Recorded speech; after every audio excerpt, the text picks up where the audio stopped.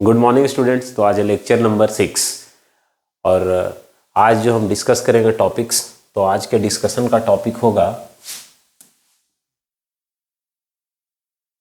Dual nature of light. उसके बाद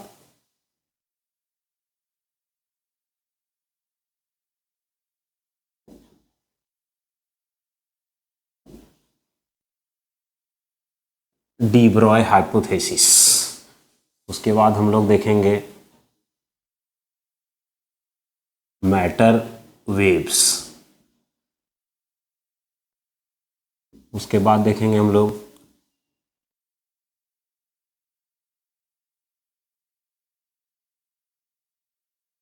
de Broglie wavelength.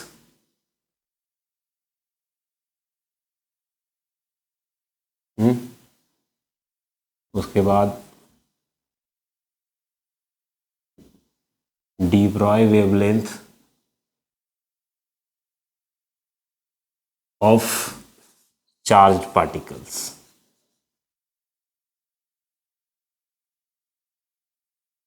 तो आइए एक एक करके डिस्कस करें। First of all dual nature of light. तो dual nature of light, light का ड्यूअल बिहेवियर, हाँ, तो वो निर्भर करता है एक्सपेरिमेंट से, किस प्रकार का एक्सपेरिमेंट किया जा रहा है। लाइट के दो नेचर, जैसे कि कुछ निश्चित घटनाएं, जैसे कि लाइट का रिफ्लेक्शन, लाइट का refraction, refraction of light,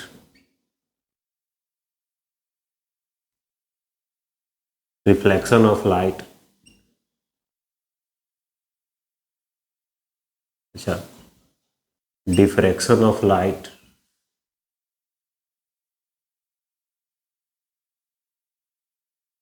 interference of light, polarisation of light.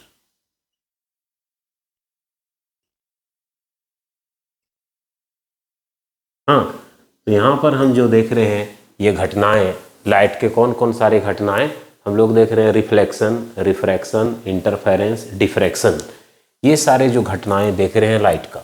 हाँ, इसमें रिफ्लेक्शन भी है, तो रिफ्लेक्शन ऑफ लाइट। तो इतने सारे जो घटनाएं देख रहे हैं, लाइट का रिफ्लेक्शन होना, रिफ्रैक्शन होना, डिफ्रैक्शन, इंटरफेरेंस, पोलराइजेशन, ये सब ऑप्टिक्स में आप पहले ही पढ़ चुके हैं।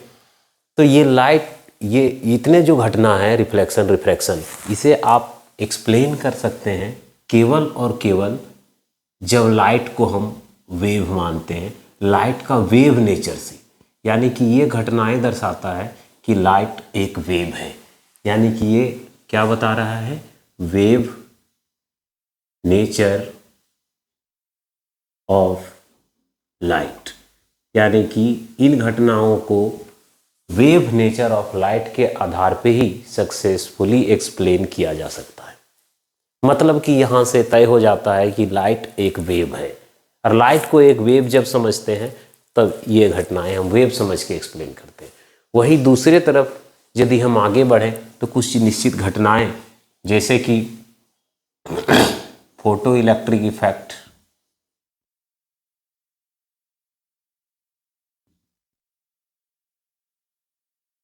उसके बाद Compton effect,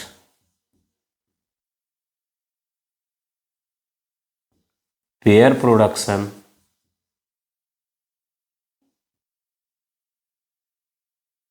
annihilation of matter.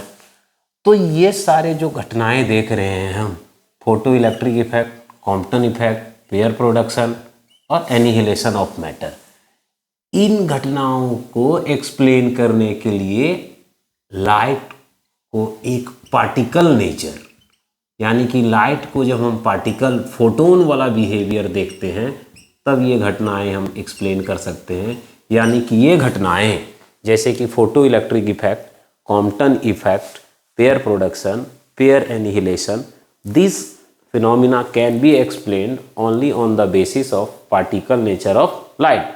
और ये फिनोमिना ये बताता है कि लाइट पार्टिकल से बने होते हैं। यानी लाइट का यहाँ से देखेंगे तो लाइट का वेव नेचर कि लाइट वेव है, और यहाँ से देखते हैं तो लाइट का फोटोन नेचर निकल करके आता है। हाँ, ये पेयर प्रोडक्शन देख रहे हैं या पेयर एनिहिलेशन।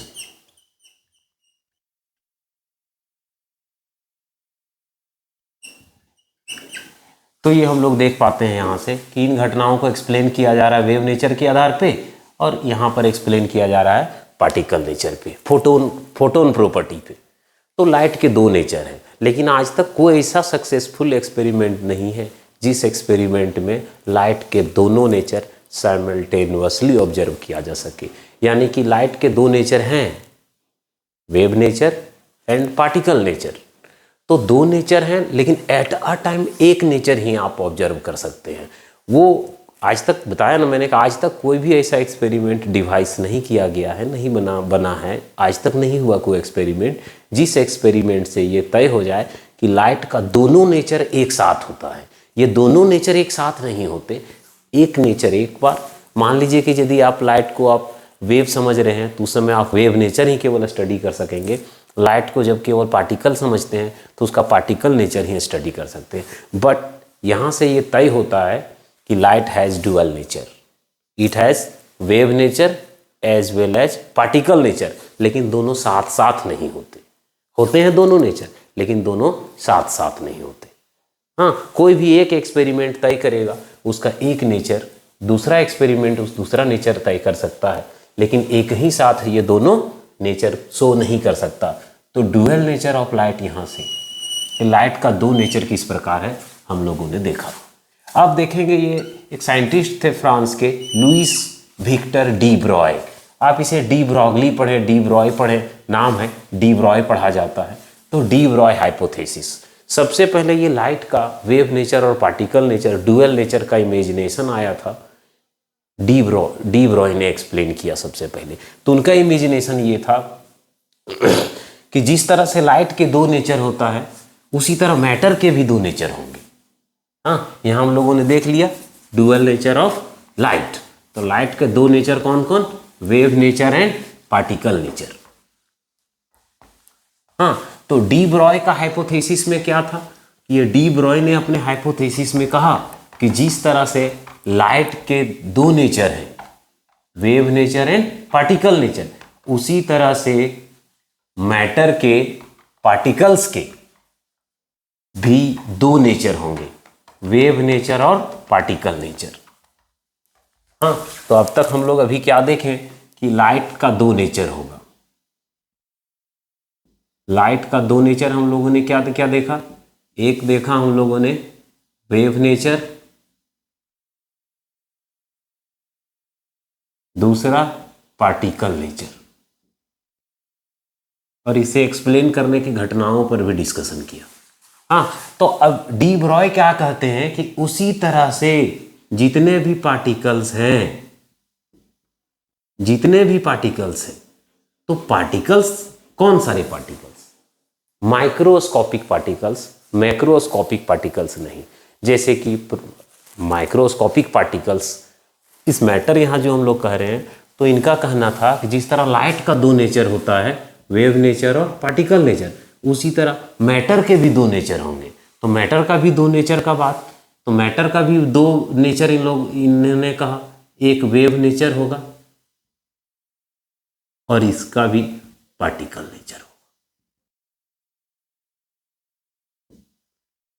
देखिए दो नेचर, तो यही इनका हाइपोथेसिस है कि मटेरियल पार्टिकल्स यानी पार्टिकल्स, पॉइंट मास वाले पार्टिकल्स, हाँ, microscopic particles, electrons, protons, neutrons, alpha particles, atoms, molecules, point mass वाले पार्टिकल्स जब मोशन में होंगे तो इनके साथ वेव एसोसिएट होगा, वेव जुड़ता है, यानी कि ये वेव जैसा बिहेव करते हैं तो ये वेव बनता है। तो यही इनका ये मानना था, इनका हाइपोथेसिस था कि मैटर भी वेव जैसा बिहेव करेगा।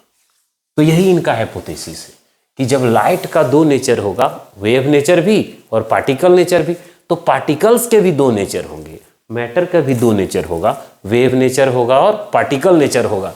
लेकिन इनका वेव नेचर तभी होगा जब ये मैटर मोशन में होंगे, जब ये पार्टिकल्स मोशन में होंगे, electrons, protons, neutrons, alpha particles, atoms, molecules, जब ये मोशन में होंगे तो इनसे वेव एसोसिएट होगा, यानी कि इनका वेव नेचर होगा। तो देख लिए हम लोग dual nature of light.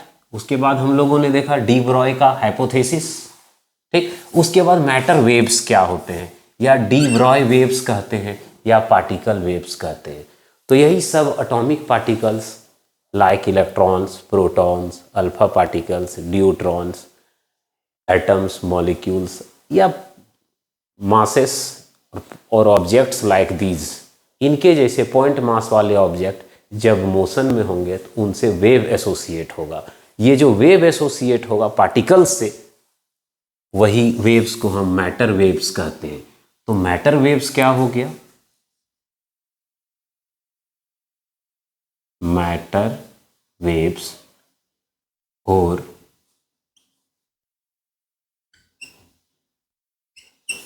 D Broglie waves. The waves associated with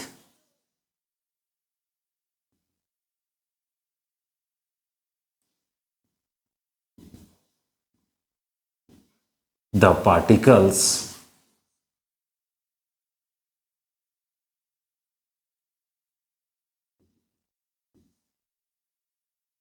like electrons, protons, neutrons, alpha particles, atoms, molecules, point masses,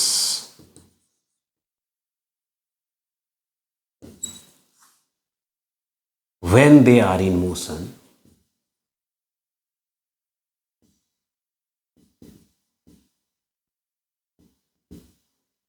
और ये जो वेव एसोसिएट होंगे किसके साथ, जब ये पार्टिकल्स मोशन में होंगे, हाँ, तो ये जब वेव एसोसिएट होगा इन पार्टिकल्स के मोशन में होने के कारण, इलेक्ट्रॉन्स के मोशन में होने के कारण, या प्रोटॉन्स में मोशन होने, या न्यूट्रॉन्स के मोशन में होने के कारण, या अल्फा पार्टिकल्स के मोशन में होने के कारण, या इनके जैसे पॉइंट मास वाले पार्टिकल्स जब मोशन में होंगे तो इनसे वेव एसोसिएट होगा, वेव बनेगा, वेव जुड़ेगा। उन्हीं वेव्स को हम डी ब्रॉय वेव्स कहते हैं, मैटर वेव्स कहते हैं या पार्टिकल वेव्स कहते हैं। लेकिन ये वेव बनेगा तभी जब ये मोशन में होंगे, हाँ, जब ये मोशन में होंगे तभी वेव बनेगा। अब इनका जो वेवलेंथ होगा उसी वेवलेंथ को हम डी ब्रॉय वेवलेंथ कहते हैं, यानी कि the wavelength of the waves associated with these point mass particles when they are in motion। तो ये पार्टिकल्स जब मोशन में होंगे, पॉइंट मास वाले पार्टिकल्स, तो इनसे वेव एसोसिएट होगा, और जो वेव जुड़ेगा, जो वेव बनेगा, वो वेव, ये वेव जैसा बिहेव करेंगे। ये पार्टिकल्स जो हैं, ये मैटर जो है, ये वेव जैसा बिहेव करेगा। पार्टिकल तो ही वेव जैसा भी नहीं बिहेव करेगा। तो इस जो ये वेव बन रहा है, मैटर वेव, इनका जो वेवलेंथ होगा उसी वेवलेंथ को कहते हैं डी ब्रॉय वेवलेंथ। हाँ, तो ये दो नेचर में हम लोगों ने देखा कि पहले लाइट का दो नेचर होता है, वेव नेचर और पार्टिकल नेचर। फिर हम लोगों ने देखा कि मैटर के, यानी पॉइंट मास वाले पार्टिकल्स के दो नेचर होंगे। जब वो मोशन में होंगे तो वेव जैसा बिहेव करेंगे, वेव बनेगा, और पार्टिकल तो होते ही। तो लाइट का भी दो नेचर और मैटर का भी दो नेचर। तो इसीलिए इस चैप्टर का नाम है dual nature of radiation and matter. तो dual nature of radiation, radiation वहाँ इस लाइट को डिनोट कर रहा था और मैटर इसको डिनोट कर रहा है, यानी कि लाइट का, रेडिएशन का दो नेचर होता है, वेव नेचर और पार्टिकल नेचर, और मैटर का भी दो नेचर होगा, वेव नेचर और पार्टिकल नेचर। तो ये पॉइंट मास वाले पार्टिकल्स जब मोशन में होंगे तो इनसे वेव एसोसिएट होगा। इन्हीं वेव को हम मैटर वेव कहते हैं या डी ब्रॉय वेव कहते हैं। तो एक्चुअली में डी ब्रॉय का जो हाइपोथेसिस था वो अपने इमेजिनेशन के आधार पे या अपना उनका सोच से उन्होंने बताया कि नेचर सिमेट्रिसिटी को फॉलो करता है। तो जब लाइट का दो नेचर होगा, वेव नेचर और पार्टिकल नेचर, तो मैटर के भी दो नेचर होंगे। हाँ, तो जब लाइट का दो नेचर है तो मैटर के भी दो नेचर होंगे, क्योंकि ये इंटर रिलेटेड है। अब डी ब्रॉय वेवलेंथ निकालना है हमें। तो किसी जब ये पॉइंट मास वाले पार्टिकल्स जब मोशन में आएंगे, ये माइक्रोस्कोपिक पार्टिकल्स जब ये मोशन में आएंगे, तो इनसे वेव जो एसोसिएट होगा उसका वेवलेंथ हमें कैलकुलेट करना है। तो वेवलेंथ का जो रिलेशन आएगा उसी को कहते हैं हम वेव इक्वेशन। यहां पर तो डी ब्रॉगली वेवलेंथ निकालते हैं।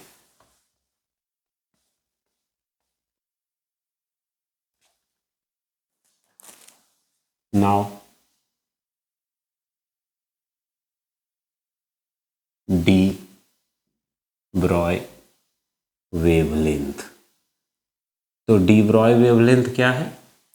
मैटर वेव्स के वेवलेंथ को डी ब्रॉय वेवलेंथ कहते हैं। और मैटर वेव्स किसे कहते हैं?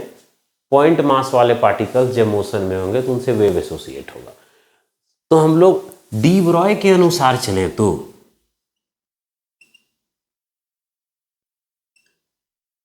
अकॉर्डिंग टू डी ब्रॉय, तो डी ब्रॉय के अनुसार हम लोग मान लें कि फोटोन को एक पार्टिकल समझ लें। Consider the photon to be a particle. जब एक पार्टिकल समझ लेंगे तब उसका एनर्जी कितना होगा? तब इसका एनर्जी हो जाएगा E बराबर mc²। हाँ, तब उस दरमियान हम लोग मान लिए एक बार हम लोग पार्टिकल नेचर बिहेव करेंगे फोटोन को, और एक बार हम लोग इसे वेव नेचर बिहेव करेंगे। तो जब पार्टिकल नेचर कंसीडर कर रहे हैं, मान लें कि फोटोन का मास यहाँ पर m है, मान लीजिए, और c इतना स्पीड से, लाइट के स्पीड से मूव कर रहा है, तो इस फोटोन का एनर्जी जो एसोसिएटेड होगा इतना होगा, वेयर m क्या हो गया? मास ऑफ द, ये mass kinetic mass of photon, c हो गया स्पीड ऑफ लाइट। अच्छा, नेक्स्ट टाइम वही हम लोग कंसीडर करें कि फोटोन जो है वो, consider the photon as radiation, यानी वेव बिहेव जैसा बिहेव करे। तो ये आइंस्टीन का थ्योरी से था, ये आइंस्टीन का इक्वेशन है, आइंस्टाइन का मास एनर्जी इक्विवेलेंस रिलेशन है। तो फोटोन को एक रेडिएशन या एक वेव समझे जब हम, तब इसका एनर्जी कितना होगा? E equal to h nu, जहां पर H क्या है? Planck's constant.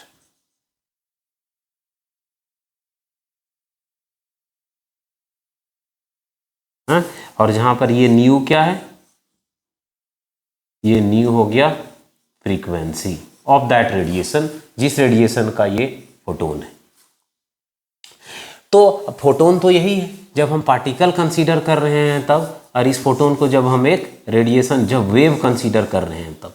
तो इस कॉन्सेप्ट से आए तो एनर्जी तो सेम होगा।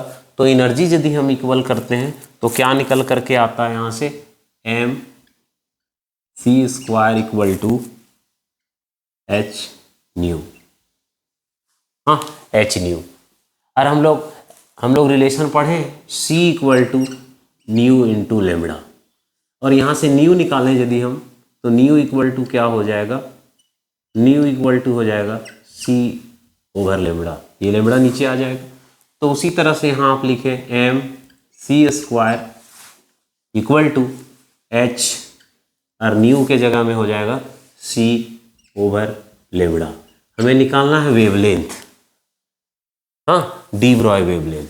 जब वेवलेंथ निकालना है तो यहाँ एक पहले एक c और एक c ये कैंसिल होगा, तो यहाँ हो गया mc equal to h by lambda, या लेमड़ा निकालना है तो ये लेमड़ा यहाँ शिफ्ट होगा, तो lambda equal to h by mc, जहाँ पर ये हो गया mass of the photon and speed of the photon, और मास और वेलोसिटी जब मल्टीप्लाई करेंगे तो वहाँ निकल करके आएगा मोमेंटम, यानी कि बाई p। तो जब फोटोन था तब उसका स्पीड इतना था। यदि कोई पार्टिकल के लिए ले ले, for a particle of mass, हाँ मान लें कि कोई एक पार्टिकल ले लेते हैं जिस पार्टिकल का मास m है, और उस पार्टिकल का हम लोग डी ब्रॉय वेवलेंथ निकालेंगे।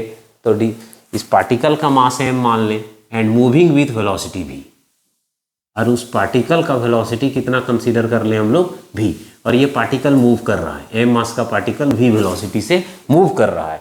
तो उस ये पार्टिकल से जो वेव जुड़ेगा, जो वेव एसोसिएटेड होगा, इसका जो मैटर वेव बनेगा, उस वेव का wavelength lambda equal to h by p. h बहुत इंपॉर्टेंट रिलेशन है ये। तो ये de Broglie wavelength equal to h Planck constant p momentum हो गया, m भी। यहाँ पर फोटोन था तो फोटोन का ये काइनेटिक मास था और उसका स्पीड था। यहाँ पर पार्टिकल का मास m है और वेलोसिटी v है। तो डी ब्रॉय वेवलेंथ हो गया lambda equal to h by m v. तब कोई पार्टिकल, पॉइंट मास वाले पार्टिकल जब मोशन में होंगे तब उससे वेव एसोसिएट होगा, और वो वेव का वेवलेंथ निकल करके आया lambda equal to h by p, h by m v. यदि मोमेंटम पता होगा तो आप वेवलेंथ निकालेंगे, यानी कि डी ब्रॉय वेवलेंथ बराबर कितना हो गया,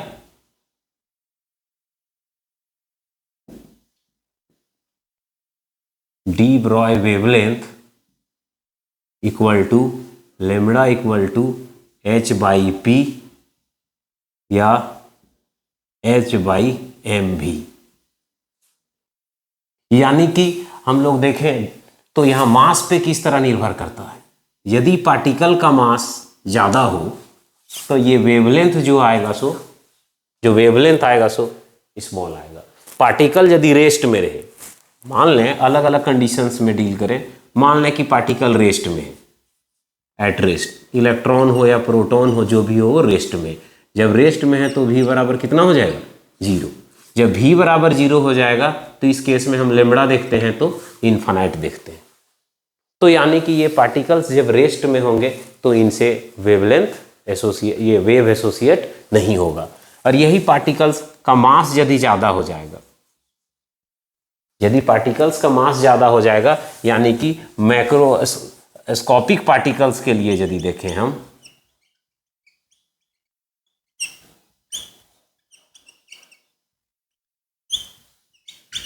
यदि मैक्रोस्कोपिक पार्टिकल्स के लिए देखें, यानी कि जिनका मास ज़्यादा होगा, तो जिनका मास ज़्यादा होगा तो वेवलेंथ बहुत कम होगा, तो उसके लिए भी ये मैटर वेव्स ऑब्जर्व करना मुश्किल होगा। एक्चुअली में जब मैटर वेव्स का हम चर्चा करते हैं तो ये मैटर वेव्स रेंज क्या होगा, सब ऑब्जर्व करने के बाद जब आता है तो मैटर वेव्स में हम लोग जितने मैटर वेव्स का जो रेंज आता है इसका वेवलेंथ का, वो वेवलेंथ का रेंज जो इस प्रकार है। सबसे कम वेवलेंथ जो निकल के आया आज तक पॉसिबल जो है वो गामा रेज के आसपास का आता है। यानी गामा रेज का जो वेवलेंथ होता है लगभग 10⁻⁻⁵ एंगस्ट्रम, इसके आसपास जो वेवलेंथ तक पॉसिबल है मेजर करना। हालांकि जो ये माइक्रोस्कोपिक पार्टिकल्स हो गए, जैसे कि आप electron, proton, alpha particles, neutron, ये सब का जो वेवलेंथ आता है डी ब्रॉय वेवलेंथ, वो 10⁻⁻10 मीटर, जो कि एक्स रेज के वेवलेंथ के आसपास आता है। ये आसानी से ऑब्जर्वेबल है। हाँ, तो जो पार्टिकल्स जितने छोटे मास के होंगे, कम मास के होंगे, उनका स्पीड जितना ज़्यादा होगा उतना आसानी से उसका वेवलेंथ ऑब्जर्व किया जा सकेगा। तो ये हो गया डी ब्रॉय वेवलेंथ।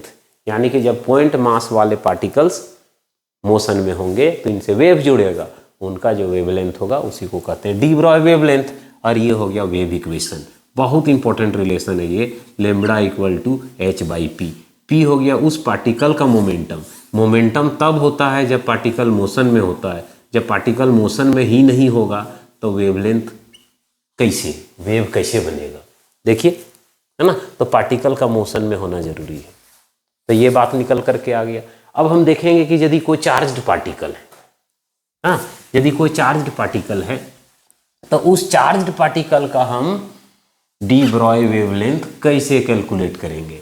तो डी ब्रॉय वेवलेंथ निकालना है तो lambda equal to h by p, p हो गया लीनियर मोमेंटम, तो हमको मोमेंटम ही तो कैलकुलेट करना है। हाँ, तो d ब्रॉय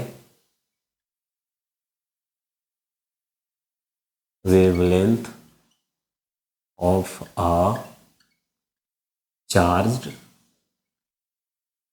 particle, वो चार्ज पार्टिकल इलेक्ट्रॉन हो, प्रोटॉन हो, अल्फा पार्टिकल हो, जो भी हो, तो हम लोग डी ब्रॉय वेवलेंथ का फॉर्मूला हम लोग क्या जानते हैं, h/p। अब मान लीजिए उस पार्टिकल का मास जो है m है, m हो गया उस पार्टिकल का मास। हाँ, और मान लें कि उस पार्टिकल का वेलोसिटी v है, लेकिन वो पार्टिकल वेलोसिटी गेन कब करेगा, कोई चार्ज पार्टिकल वेलोसिटी तब गेन करेगा जब हम उसे वोल्टेज देते हैं, पोटेंशियल डिफरेंस अप्लाई करते हैं। तो मान लीजिए कि उस चार्ज पार्टिकल को कितना वोल्टेज दिया गया, v वोल्ट दिया गया, तब इतना वेलोसिटी से मूव करने लगा, m मास का पार्टिकल है और q मान लें कि उसका इलेक्ट्रिक चार्ज है। हाँ, तो m मास वाला पार्टिकल जिसका चार्ज है q, जब हम v वोल्टेज दिए तो वो स्मॉल v वेलोसिटी से मूव करने लगा। तो ये पोटेंशियल कितना वर्क किया उस पर, हाँ, तो कितना वर्क किया पोटेंशियल, तो वो हो गया q v, और ये जितना वर्क करेगा उतना ही उसमें काइनेटिक एनर्जी होगा। हाँ, तो ये एक रिलेशन हो गया, work done by the potential is equal to kinetic energy gained by the charge particle equal to p²/2m। ये काइनेटिक एनर्जी का रिलेशन है।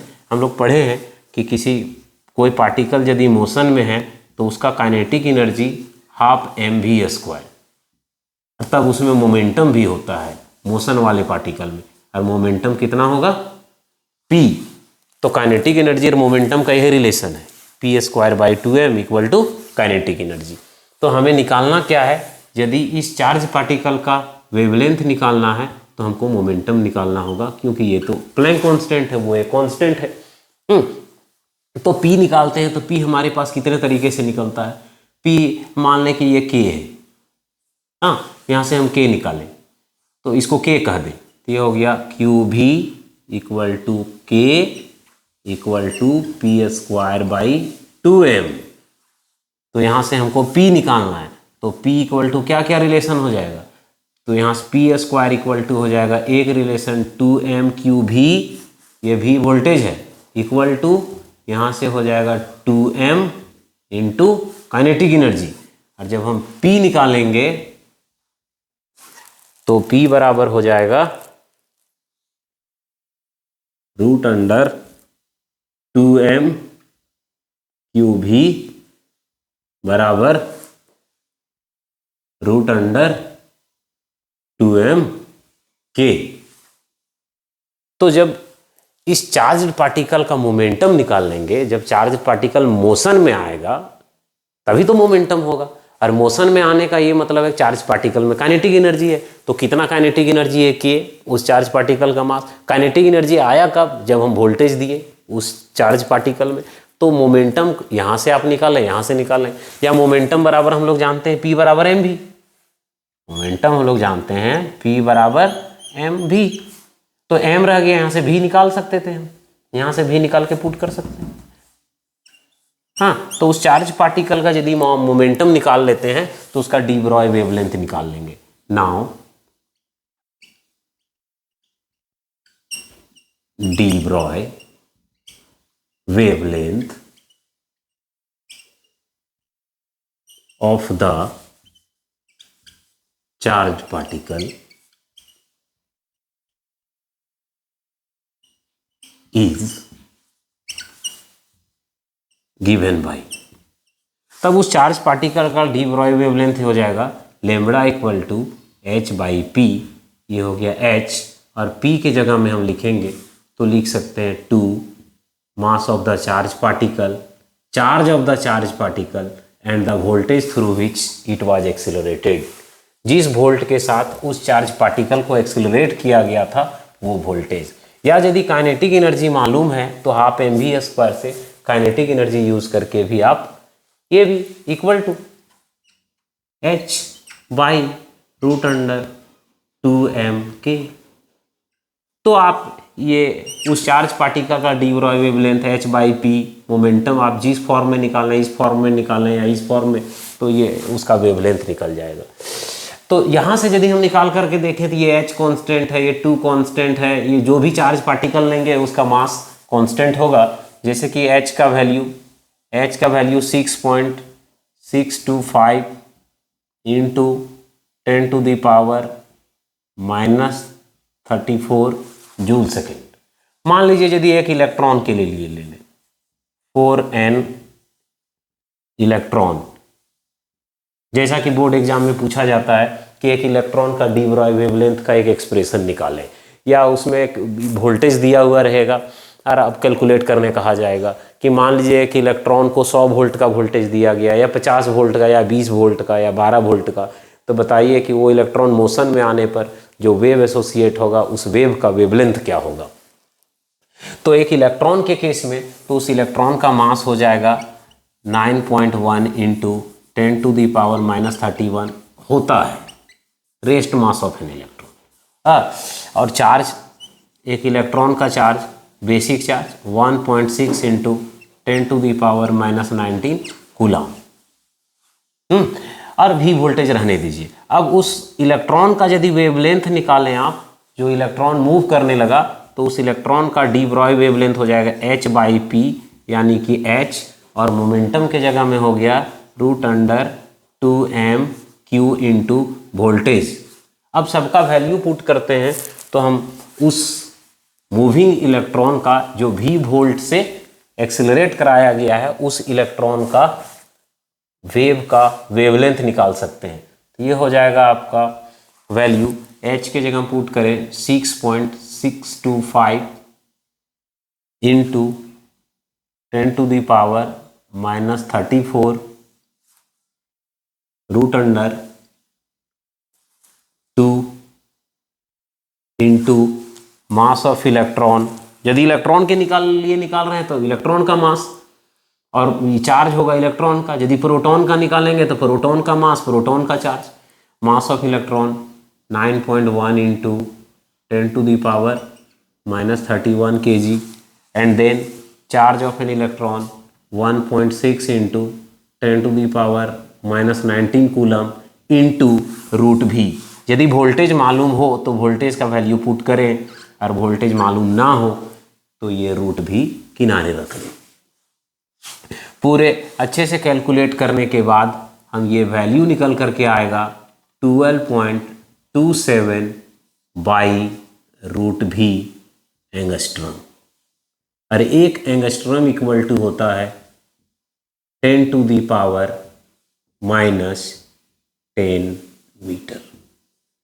यानी कि कोई इलेक्ट्रॉन को यदि v वोल्टेज दिया जाए तो उस इलेक्ट्रॉन जब मोशन में आएगा तो उससे वेव एसोसिएट होगा, और जो वेव एसोसिएट होगा उस वेव का वेवलेंथ निकल करके कितना आएगा 12.27 इंटू 10⁻⁻10 ओवर √v मीटर, इतना मीटर। तो किसी एक इलेक्ट्रॉन, जो इलेक्ट्रॉन मूव कर रहा है, उस इलेक्ट्रॉन का यदि हम वेवलेंथ निकालें, डी ब्रॉय वेवलेंथ, जो वेव एसोसिएट होगा उसका वेवलेंथ होगा 12.27 बाई √v एंगस्ट्रॉम। तो कुल मिलाकर के ये चीज़ें यहाँ पर हम लोग कांस्टेंट देख रहे हैं। तो ये डी ब्रॉय वेवलेंथ जो है उस चार्ज पार्टिकल का, वो पूरी तरह से हम लोग कहें तो वो निर्भर कर रहा है किस पर, वो पूरी तरह से निर्भर कर रहा है यहाँ पर वोल्टेज पर। यदि आप वोल्टेज जितना ज़्यादा देंगे, जितना ज़्यादा वोल्टेज देंगे, देख लीजिए उस हिसाब से यहाँ वेवलेंथ है। तो वेवलेंथ, उस चार्ज पार्टिकल का वेवलेंथ, इलेक्ट्रॉन हो चाहे प्रोटॉन हो, उसका वेवलेंथ निर्भर कर रहा है किस पे, वोल्टेज पर, किस तरह से वोल्टेज अप्लाई कर रहे हैं। और यदि कोई अनचार्ज्ड पार्टिकल है, चार्ज पार्टिकल को एक्सेलरेट करने का, मोशन में लाने का हमारे पास क्या टेक्निक है, वोल्टेज देते हैं। लेकिन कोई पार्टिकल चार्ज है ही नहीं, न्यूट्रॉन या और भी पार्टिकल्स, वो छोटे छोटे मास वाले पार्टिकल्स, वो कोई भी पार्टिकल हो सकता है, वो न्यूट्रल पार्टिकल यदि है, तो उसको मोशन में लाना है तो वो किसी थर्मल एनर्जी के कारण भी मोशन में आ सकता है। तो उसका यदि वेवलेंथ निकालना है तो एनर्जी जानना होगा, तो उस केस में हम उसका काइनेटिक एनर्जी जान लेंगे। हाँ, तो उस पार्टिकल का आप चाहे मास, चार्ज और कितना वोल्टेज दिया गया था, उस पार्टिकल का मास, उस पार्टिकल का काइनेटिक एनर्जी, तो यहाँ से भी उस पार्टिकल का आप डी ब्रॉय वेवलेंथ कैलकुलेट कर सकते हैं। तो आज के इस वीडियो में हम लोगों ने क्या क्या देखा? हम लोगों ने सबसे पहले देखा डुअल नेचर ऑफ लाइट, कि लाइट का दो नेचर होगा, दो नेचर होता है, वेव नेचर और पार्टिकल नेचर। कई ऐसी घटनाएं हैं जो केवल वेव नेचर मान के ही एक्सप्लेन किया जा सकता है, कई ऐसी घटनाएं हैं जो लाइट को पार्टिकल नेचर समझ के ही एक्सप्लेन किया जा सकता है। लेकिन आज तक कोई ऐसा एक्सपेरिमेंट हुआ भी नहीं है जो एक्सपेरिमेंट लाइट का दोनों नेचर एक साथ शो कर सके।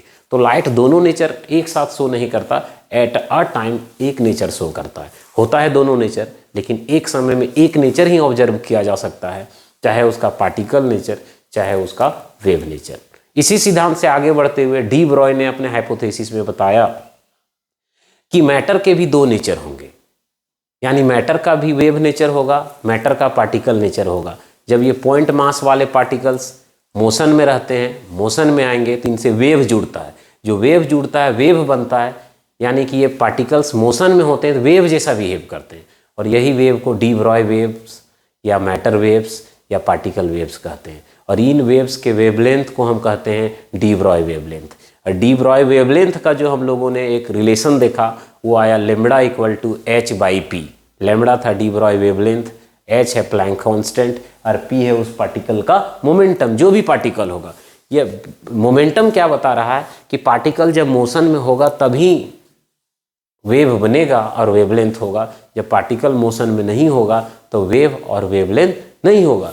फिर हम लोगों ने देखा कि कोई यदि चार्ज पार्टिकल है तो उस चार्ज पार्टिकल को भी वोल्टेज दिया जाए, पार्टिकुलर वोल्टेज दिया जाए, तो वोल्टेज देने पर जब ये पार्टिकल एक्सिलरेट होगा तो इसमें डी ब्रॉय वेव्स बनेंगे, मैटर वेव बनेगा। इस मैटर वेव का वेवलेंथ क्या होगा वो भी हम लोगों ने देखा, निकल करके आया 12.27 एंगस्ट्रॉम बाई रूट भी। जो भी वोल्टेज अप्लाई करेंगे v का वैल्यू पुट करना है और कैलकुलेट कर लेना है कि क्या वेवलेंथ होगा।